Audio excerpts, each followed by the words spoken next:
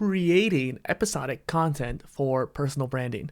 Now, this topic is not something that I came up with. You can go back and look at chopcast.io, or formerly known as Tribe Tactics. They have a whole book and blog series about creating your own Netflix, essentially, like Netflix series. And I think this idea needs to be elaborated on more, especially since people haven't been talking about it for quite some time. I think Gary Vee kind of talked about it a little bit when he was really pushing his documentation over creation idea. And so essentially you kind of create your own series through documentation, like his daily V and stuff like that. And that's cool and all, but that documentation, that personality is really relegated to what your personality is. If you have a more interesting personality, it might work. But unless you have that boisterous or gregariousness, I think it could be a struggle for many people. And so even though right now that's kind of what I'm doing with the content polymath, this is kind of like my episodic content that I'm doing this for the reason of I wanted to bring back my strategy, right? My strategy was the omni content that I called it back in the day, where I made a blog post, turned that into a video, and then cut out the audio. And that's literally what I'm doing now. And the blog post and video could be they could switch back and forth which one I make first. Personally, I just like making both. And that's why I do it that way. But for you, you might just start with a video, cut out the audio, then transcribe it and turn that into a blog post. Regardless of how you do it, the point is you are making an episode every week or every day, and that is your episode for your series for your personal brand. And that is why I wanted to make this video today, because I think a lot of people overcomplicate the content creation process. So this whole Content Polymath channel and the associated Substack and podcast is made to make it easier for you to consume my content at a more quicker pace, because I wanted you to be able to grow faster and more effectively. And that's just literally what I'm obsessed with. It's just such a topic that I really enjoy. And I think that's something to note, because if you have something like that, video games or maybe history or something like that you really enjoy and you could talk about very easily. I've stumbled over my words a couple of times because I was trying to figure out exactly how I wanted to convey this information. But now that I've got my steam rolling, I'm okay, not a big deal.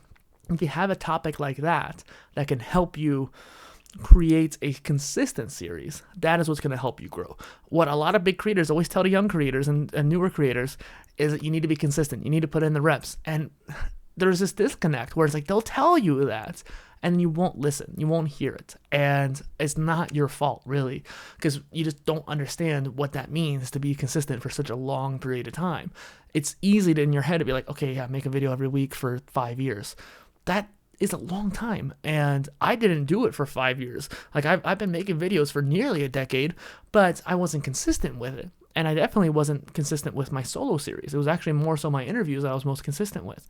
And so this process of trying to show up every single day, every single week, whatever your cadence is, for such a long period of time, it's not an easy skill to acquire.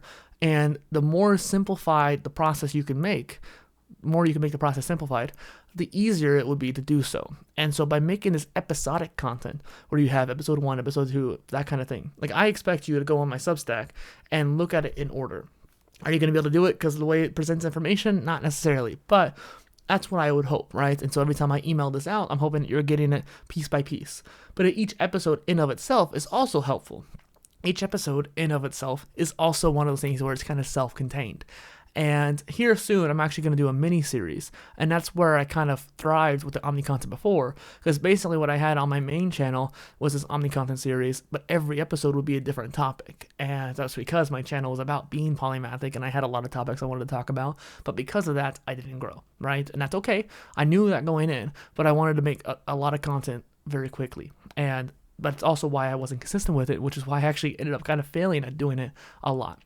But with this series, every episode's about content creation in some manner, shape, or form, whether it's video, audio, or written, or streaming, or whatever. And that makes it more consistent across the board. But in the old style on my main channel, and on this new style on this channel, where I am doing a consistency of episodes across the board each week, I also had mini-series. And I have a mini-series coming up that's all about the creator equation, which is what I came up with to help creators accelerate their growth and understand the process of growth. And so I have about 5 episodes on that topic. And so for multiple weeks in a row, it's going to be that. So you literally have to watch that in a row. But if you watch this episode, then go back to my first one, then go back to my latest one next week or whatever, you're not going to have that much of an issue keeping up. There'll be certain topics like the creator equation or like the content types or something like that I bring up, and you're going to be like, what is that? And so you'll have to go back and check it out, but hopefully that'll induce curiosity and makes you actually interested in my content anyways. That's a natural process of going down that rabbit hole. But that's what the whole point of episodic content is. Like you're not going to sit there and watch an anime and jump in on episode 30 and expect to know what's going on. You could watch that episode. You could probably even enjoy it. I actually started watching a bit of One Piece on TikTok with different clips of major battles. I got pretty spoiled from the show, but that's how I got interested in it, because I was able to see what happens to the characters later on, and that's what got me into it. Okay, then I go back, and actually I'm not watching One Piece, I'm watching One Pace, which is the abridged version, or edited down to make it like almost a third of the length, because it's super long. All these episodes are annoyingly long. They don't need to be. And I think that's a pretty good example too of what a lot of content creators do. They get long-winded. I know I do, and I don't like editing. And so I know that these episodes, it's already 6 minutes in, they might be 15 minutes long. They only need to be 12 minutes long. But I'm not going to sit there and cut it down. I'm not going to cut the fluff, because I just want to talk to you and create this content as quickly as possible. I care more about getting my list of ideas out than making these episodes as short as they possibly can be. And maybe I'll do both down the line, but right now I have so much content I want to make that if I can just make this episodic and get it out and schedule it ahead of time, I'll be happy, and hopefully it'll help you out a lot. And so, for example, I asked Google the other day, like, how many weeks are left in a year? 15 weeks. And if I go by that 6-episode miniseries of the creator equation, that's about half of that already. That means I have about 9 episodes more to make, including this one. And so that's 8 more that I have to make, essentially. And that's not that much. I could batch that out in a weekend. I mean, it's probably 2 weekends with the miniseries and the second half of that. But that's 2 weekends where I could just batch out all this content ahead of time, because nothing's going to be particularly changing over the next quarter of the year. If anything is prudent, like TikTok gets banned permanently or something like that, I could just make another piece of content on top of that. And that's what I really wanted to push into people, because you want this consistency layer. That's why I made the Omni content series originally, because I wanted to have a layer of content that I had made about swimming, about knowledge management, about gaming, about creating content. These are all topics I had on that list, or Ikigai even. And eventually, I would expand those out into mini-series, or maybe even their own channel. I had plans for multiple channels ahead of time, despite the fact now I have like half a dozen channels, but it's because I've expanded over the course of many, many years. And I was trying to plan this out way back when, but I think I just kind of failed at the execution portion of things, and the automation. I didn't have the tools at the time. But I think that if I, had the automation tools that we have now, and I was actually working a little bit harder, I could have done it. And it actually my plan would have worked, despite the fact that the niches were different every episode. However, if you could make the niches all one topic, and it's very ironic that the content polymath is telling you to niche down, but if you can do that for a while, then you can expand to another niche. There is a point of serialization, right? Not just in the serialized episodes of a consistent episodic series, but also the serialization of your output, what you are doing as a content creator. If you can do 100 episodes on one topic, then I think you're going to have enough basis and experience to keep that going at a slower pace, but then add in a new channel or new series of a different topic. I think that is one of the most effective ways for most polymathic people to endure their multiple interests, but having to put some of them off to the side until you're ready to actually execute on them.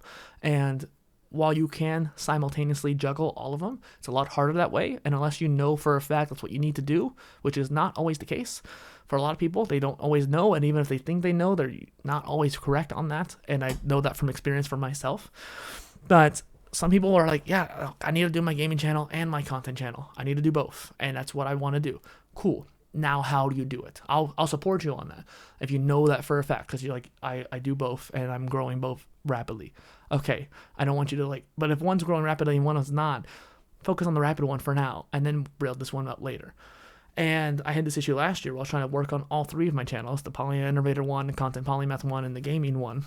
However, I had 3 jobs at the time and I just had no bandwidth to do it. So my point is, I should have focused on maybe just 1 or 2 of them and then worked on the jobs, finished those jobs once they ended, and then I could just focus on the channels again like I am now.